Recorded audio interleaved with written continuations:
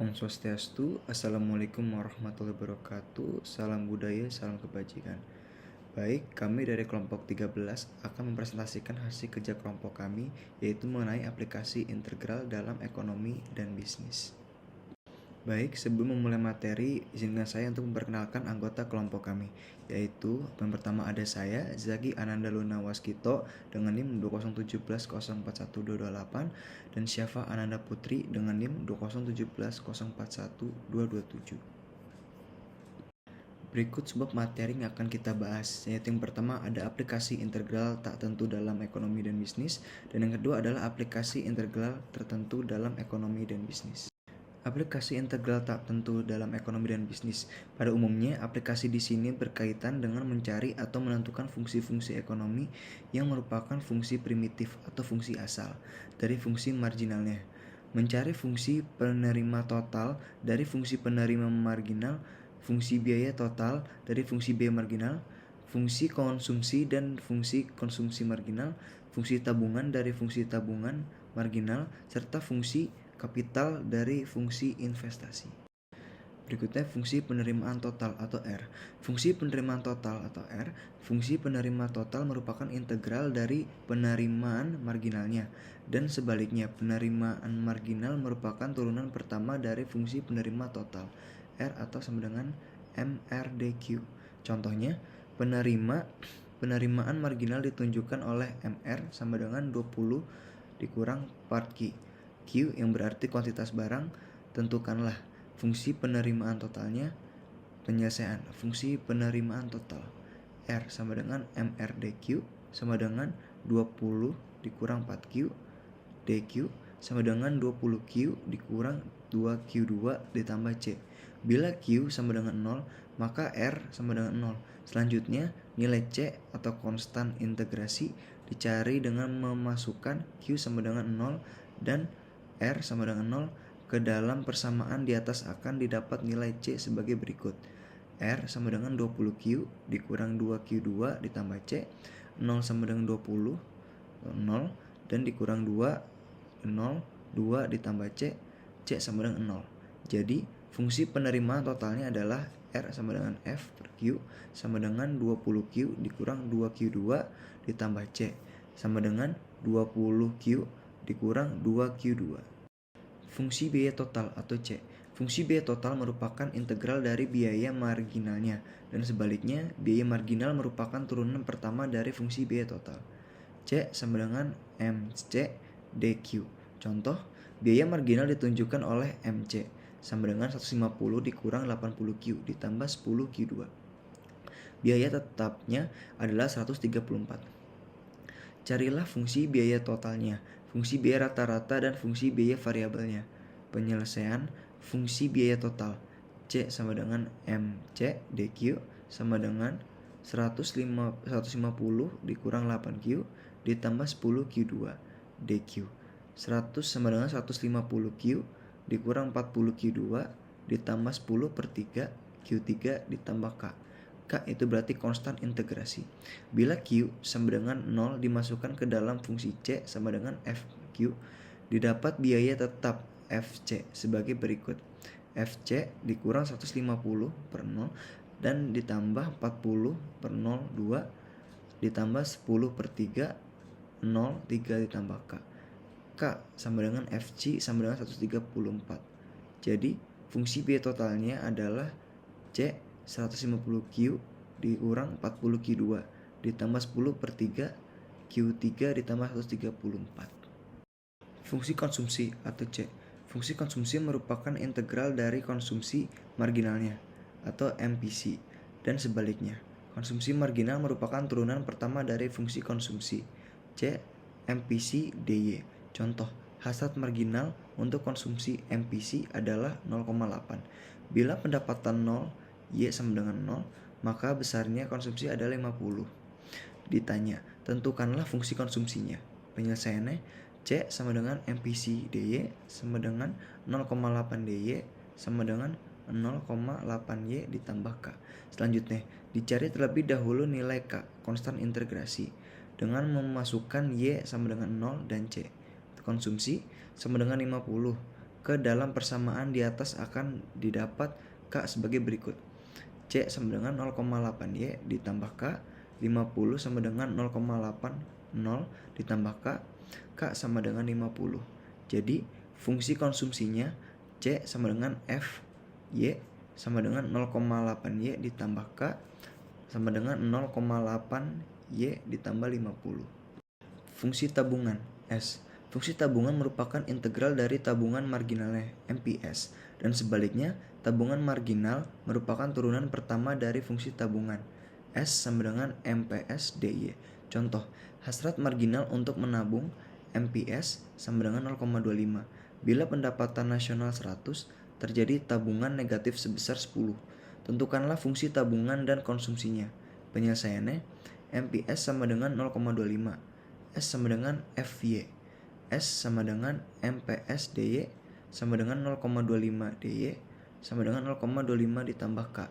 Selanjutnya, dicari terlebih dahulu nilai K, konstan integrasi, dengan memasukkan Y sama dengan 100 dan S sama dengan minus 10 ke dalam persamaan di atas didapat K sebagai berikut.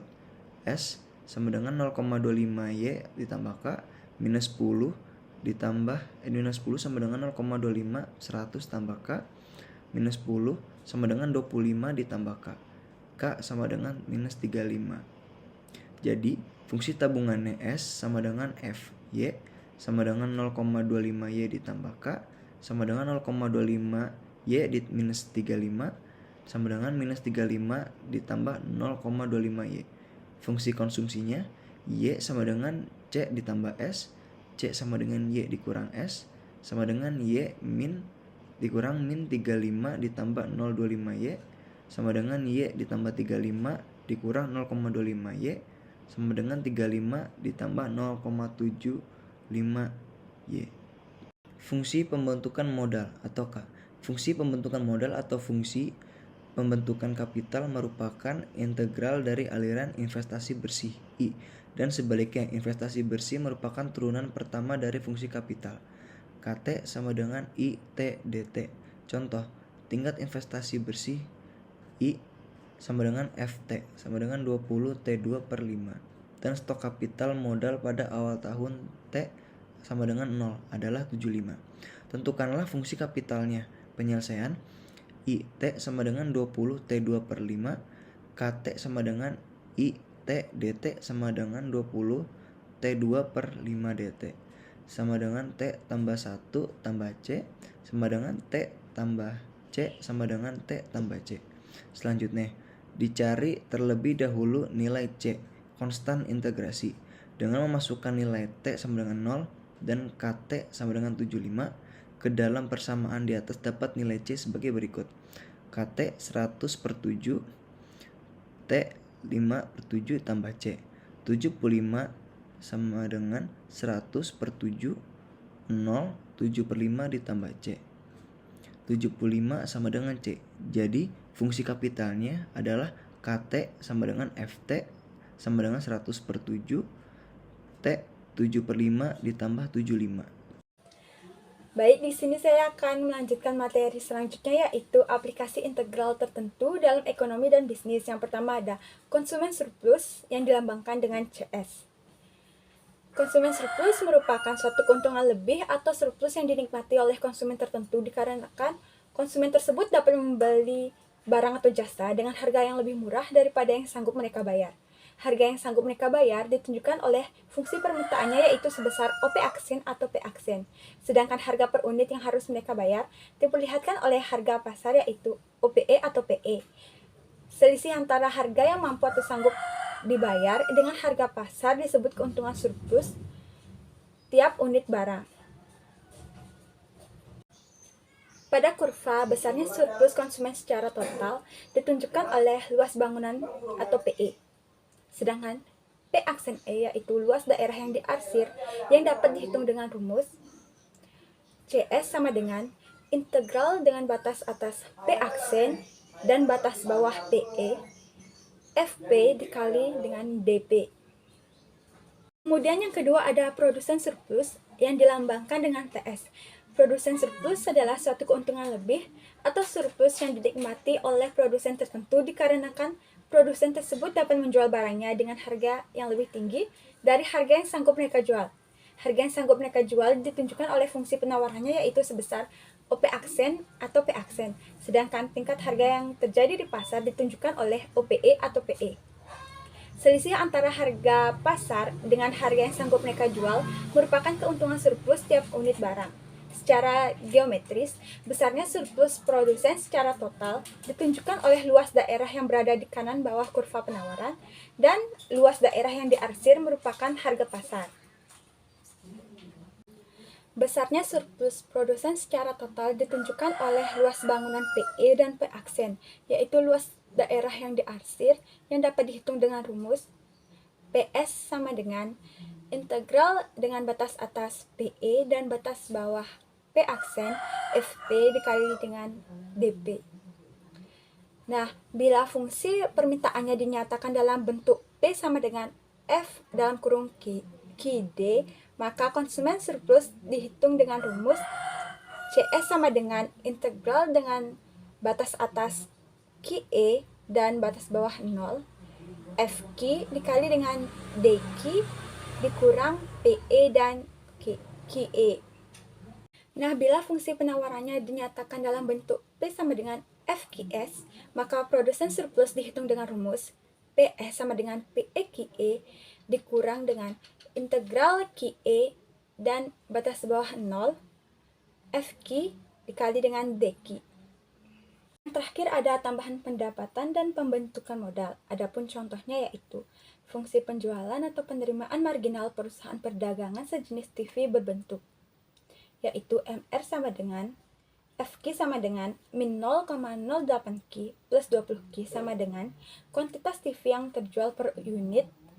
Kemudian MR sama dengan pendapatan marginal per juta rupiah, dan hitunglah tambahan atau kenaikan penjualan total bila kuantitas TV yang terjual meningkat dari 50 menjadi 100 unit. Adapun penyelesaiannya dapat dilihat pada slide berikut. Baik, sekian materi yang dapat kami sampaikan. Mohon maaf apabila ada kesalahan kata. Saya tutup dengan para mesanti. Om Santi Santi Santi Om. Wassalamualaikum warahmatullahi wabarakatuh.